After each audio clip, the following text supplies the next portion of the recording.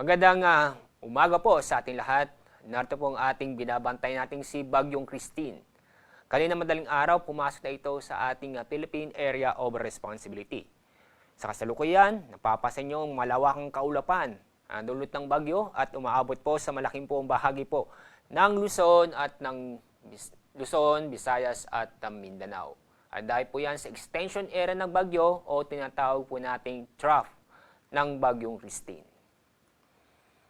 As of 4 o'clock na umaga, ang layo ng sentro ng bagyo ay nasa 1,050 kilometers east ng southeastern Luzon. Ang lakas ng hangin ay nasa tropical depression category, kung saan naabot ng 55 kilometers per hour. Ito'y malapit sa gitna ng bagyo. Samantala, ang pagbugso ng hangin ay umaabot sa 70 kilometers per hour. Inaasahan po natin itong kikilos sa direksyong west-southwest sa bilis na 30 km per hour o sa mga katuwid lalapit sa ating bansa at maaaring patungo sa northern Luzon. At kasalukuyan po na nakakaranas po tayo ng pamisam sa malalakas na pag-ulan na lang po sa Visayas at ganun din sa Mindanao at ganun din po sa may Quezon dahil po yan sa trough ng Bagyong Christine.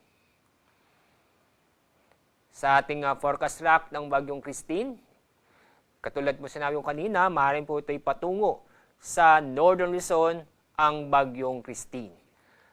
Mula ngayon hanggang sa mga susunod ng araw, inaasahan po natin itong lalakas ang Bagyong Christine.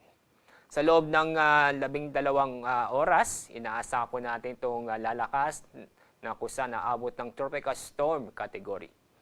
Bukas ng hapon o gabi, maaari pong umabot ng severe tropical storm category, si Bagyong Christine. Sa araw ng Huwebes, October 24, maaaring umabot ng typhoon category ang bagyong ito. Kapag hindi magbabago ang kanyang track, posible pong maglandfall ang Bagyong Christine o yung gitna nito sa pagdating ng Biyernes, October 25, sa Northern Luzon. Dahil po sa Bagyong Christine, nagtaas po tayo ng Tropical Cyclone Wind Signal number 1 sa Catanduanes, northeastern portion ng Northern Samar at northeastern portion ng Eastern Samar. Ang mga lugar nito ay nasa po natin na nakakaranas ng maulan na panahon na may kasamang pamisa-misang malalakas na pag-ulan. Ngayong araw, inaasahan tayo na malalakas na hangin na dahil sa bagyong ito. Ang mga lugar po na makakaranas ngayong araw ng malalakas na hangin ay sa southern portion ng Palawan, Siquijor, Bohol, Zamboanga Peninsula, Northern Mindanao, Dinagat Islands, Surigao del Norte, Agusan del Norte, Barm, Sargani, Davao del Sur at Davao Oriental.